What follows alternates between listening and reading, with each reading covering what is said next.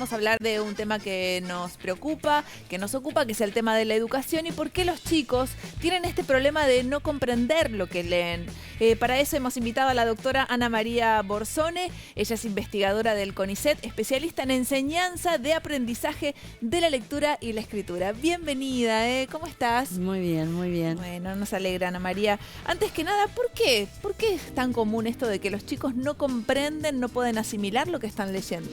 Este es un problema que se suscita a fines de la década del 80 y durante la década del 90 y los últimos 15 años se ha acentuado muchísimo porque se instala como método de enseñanza un método que no es método, sino que es un método de ideología, lo llamaría yo.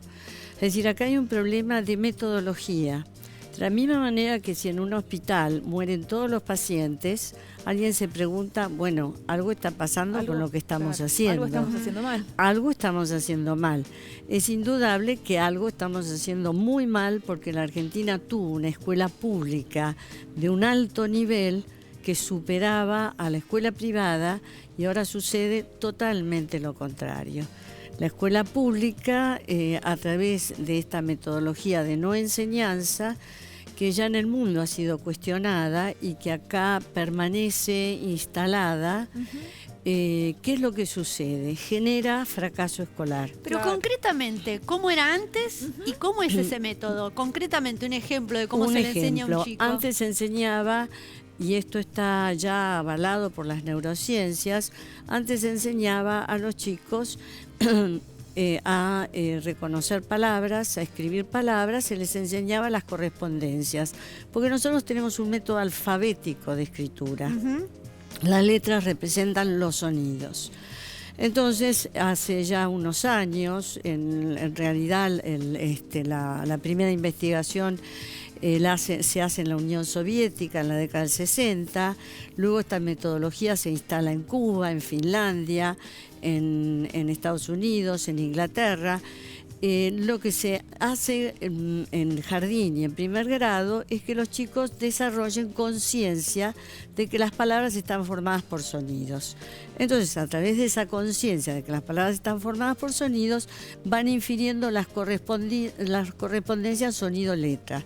Lo que nos dicen los neurólogos ahora, que esa enseñanza y ese trabajo con las correspondencias entre los sonidos y las letras, que son el principio alfabético, hace que los chicos desarrollen y conecten áreas visuales y áreas del lenguaje del cerebro.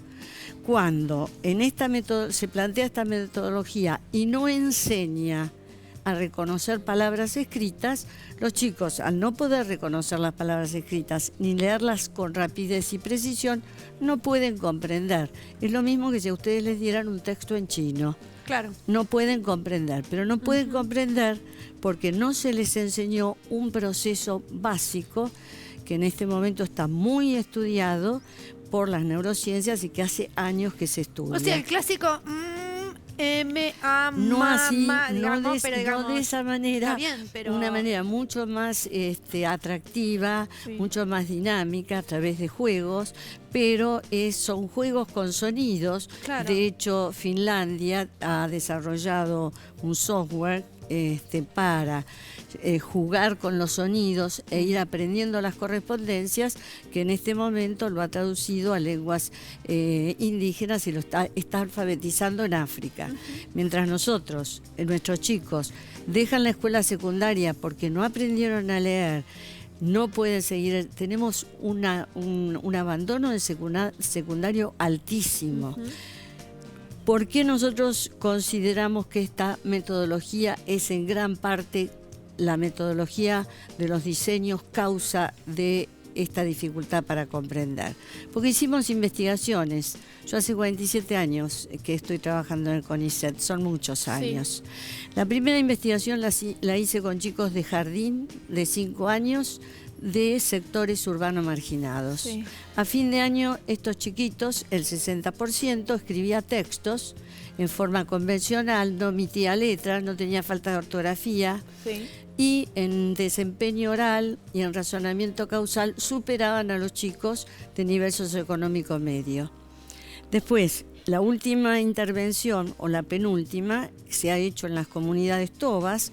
Los chicos, a través de este material, que está en toba, este es el material en toba, y hay material en español, empezaron en jardín a trabajar con ciencia fonológica, y a fin de primer grado, todos los chiquitos tobas, perdidos en esa miseria, leían y escribían en toba y en español.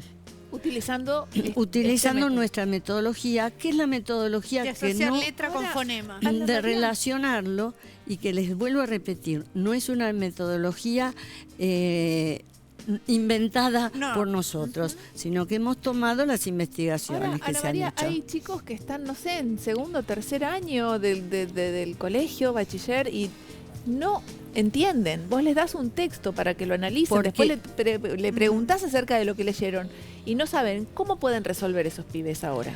Bueno, lo que pasa es que tenemos 3 situaciones problemáticas. La primera, yo lo que haría es plantear una unidad pedagógica entre jardín y primer grado, de tal manera de que todos los chicos a fin de primer grado lean y escriban, excepto algunos, que será un 5% de la población, que son disléxicos, que van a requerir una intervención mucho más fuerte.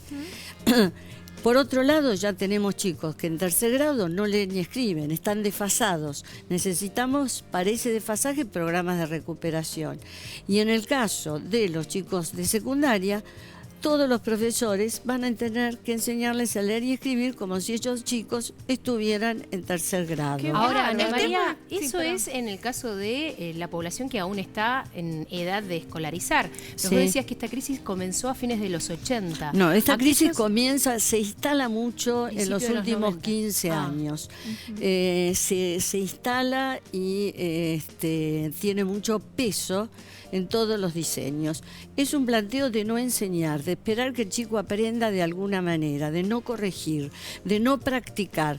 Todo lo que dicen las neurociencias hoy se hace todo, absolutamente todo lo contrario. Pero, se habla de Finlandia y Sí. se ignora que toda esa línea que Finlandia toma, Sí. en la Argentina se hicieron las primeras investigaciones en esa línea en español. Ajá. Y en Finlandia es así como nos explicabas. En Finlandia sí, se trabaja en esta línea. En Cuba, ¿por qué En a Cuba. Cuba le iba tan bien? Claro. Siempre le fue tan bien. Porque Cuba tomó la metodología soviética y la conciencia fonológica, que es lo que nosotros proponemos y que se propone en el mundo, y que nosotros investigamos por primera vez en español, es lo que se niegan los diseños a hacer. O sea, hay Sin- que volver al método tradicional, el que tuvimos siempre, asociar palabra con sonido, letra con sonido, Sí, y además pero el tema de la causalidad es interesante, que decías vos antes, que además generar un sistema de pensamiento y de asociación de letras con palabras también me ayuda a sistematizar un pensamiento y poder ordenar una argumentación, por ejemplo, porque este es el problema, no solamente de leer, sino de escribir. Cuando escriben y no pueden expresar una Claro, idea. pero ¿por qué? Porque no hay enseñanza, no se enseña vocabulario, se espera que el vocabulario lo infieran del contexto. Las investigaciones muestran que es muy difícil inferirlo del contexto. Se necesita conocerlas entre el 90 y el 95 palabras de un texto antes de leerlo para poder comprenderlo. claro. Si no se enseña en forma sistemática, desde jardín, desde los 3 años, vocabulario, los chicos no tienen un vocabulario muy reducido, Limitadísimo, entonces no pueden Y el lenguaje comprar. iconográfico, ¿no? Están hiperestimulados con las nuevas tecnologías. Todo es imagen, todo es texto breve. Tomar un libro que tiene determinado volumen de página. Claro, pero si vos los lo haces, estresa, si vos ¿no? lo haces en forma progresiva, los chicos, además, hay que incorporar a la enseñanza los nuevos programas de desarrollo cognitivo que hasta ahora no se han incorporado y que nosotros en nuestros nuevos materiales lo estamos incorporando. Es decir, desarrollar capacidad de atención, desarrollar capacidad, lo que se llaman funciones ejecutivas, trabajar en forma sistemática las emociones positivas para que no haya conflictos, las habilidades sociales.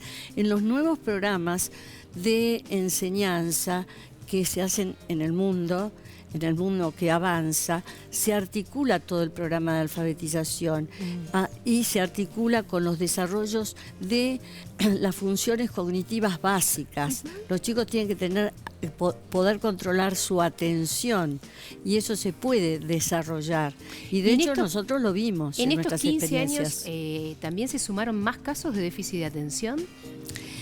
No sé si se han sumado más casos, no sé, porque no tengo los datos precisos, pero indudablemente a través de lo que son los medios, si no se utilizan en forma adecuada, y eso es una investigación que se hizo en España hace mucho tiempo, que mostraron cómo ciertos tipos de dibujitos animados que despertaban la atención involuntaria, atentaban contra la atención voluntaria y sostenida y focalizada, que es la que necesitas para poder aprender en cualquier disciplina. María, ¿no? ¿Y qué es lo que falta? ¿De qué depende, digamos? ¿Se puede implementar estas técnicas que se utilizan en Finlandia o en Cuba? Se tienen que implementar. ¿Y de qué se depende? Tienen que implementar. Depende de una decisión política. Ajá. Depende de una decisión política. En este momento el gobierno de Mendoza ha tomado la iniciativa de trabajar en esta línea, la iniciativa de ponerse como objetivo que los chicos todos aprendan a leer y escribir a fin de primer grado. Y para eso hay que articular y formar una unidad pedagógica jardín primer grado, no la unidad pedagógica los 3 primeros grados. Eso fue una estafa para tapar el fracaso. Porque antes todos aprendíamos en primer grado. En jardín. Y en jardín. En España todos los chicos ingresan a primer grado leyendo y escribiendo. Sí, el problema es que salen leyendo y escribiendo, pero no comprenden lo que leen. Porque tampoco se enseña en forma sistemática la comprensión. Si uno lee los diseños curriculares, no va a encontrar ninguna propuesta similar a la que tiene Finlandia, a la que tiene Cuba, a la que tienen otros países. ¿Y el lápiz Entonces, lo que hay que importante? cambiar, el lápiz es fundamental. Porque como que ahora no se fomenta que los chicos se queden. Y la motricidad fina que da el lápiz es irreemplazable. Pero además esto se ha discutido ya, porque ahora ¿qué es lo que se hace? Como hay tanta investigación, se reúne un grupo de investigadores, no les digo en la Argentina porque tenemos pocos investigadores y además porque no es el modus operandi, lamentablemente. En el 2012 se reúne un grupo de especialistas en escritura, por ejemplo, y discuten si a través de investigaciones, no es que discuten sobre la nada, mostrame el cerebro, mostrame las imágenes cerebrales que vos tenés y voy a ver qué pienso de esas imágenes cerebrales, cómo hiciste la investigación y qué es lo que dicen. Porque había una discusión si reemplazábamos el lápiz por el teclado y dijeron que no. Porque los circuitos neuronales que se generan a través del uso del lápiz y a través de la escritura en cursiva sobre todo, refuerzan los circuitos neuronales de la lectura. En cambio, el teclado no lo refuerza. Entonces, se decidió que no se iba a reemplazar el teclado, que se les iba a enseñar a los chicos a escribir a mano, ¿no es cierto? Y que, bueno, también paralelamente aprenderían con el teclado. Pero las neurociencias ya son un poco indiscutibles de alguna manera, los resultados. Y hay seriedad en el mundo. ¿Por qué? Porque lo que se sabe es que el cerebro tiene mucha plasticidad en los primeros años de vida. Pero después el aprendizaje cuesta un poco más. ¿Cómo se va a desaprovechar esa plasticidad? Y por otro lado, ¿a quién perjudica más el no aprovechar la plasticidad? A los chicos que vienen de la pobreza y que tienen menos estimulación en la casa. Entonces ya vienen con menos estimulación, con menos uso de esa plasticidad y la escuela tiene la obligación.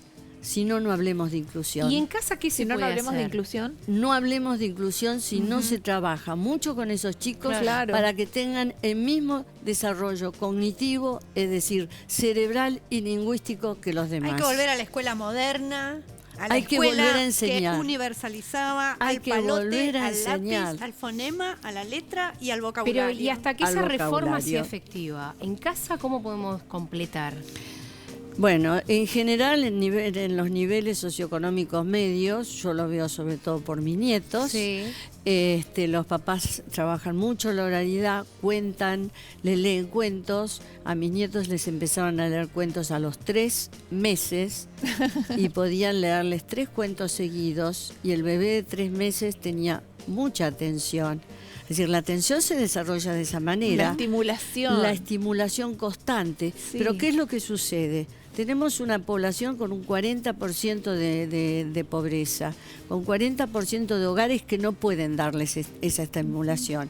Entonces tenemos que levantar la escuela pública, volver a tener una escuela pública de excelencia, porque es un aspecto fundamental Ana para la María, equidad. y la alimentación también. Y la alimentación. Es una cosa fundamental. La también. alimentación es el primer paso, es decir, nosotros estamos desarrollando programas de desarrollo integral, Claro. pero la base fundamental es la Sí, alimentación. y estamos hablando de 2 bases, ¿no? De la base, nada, de la vida misma, que es estar Sí. bien alimentado para poder desarrollar un cuerpo en su máxima expresión, y también la base de la educación, que es aprender lo básico, leer y escribir. Que es Leer y escribir, aprender a hablar también. Nuestros programas trabajan muchísimo con la oralidad, porque nosotros estudiamos adquisición del lenguaje, muchísimo con la oralidad. Yo lo veo y siempre me Sí. recurro a mis nietos.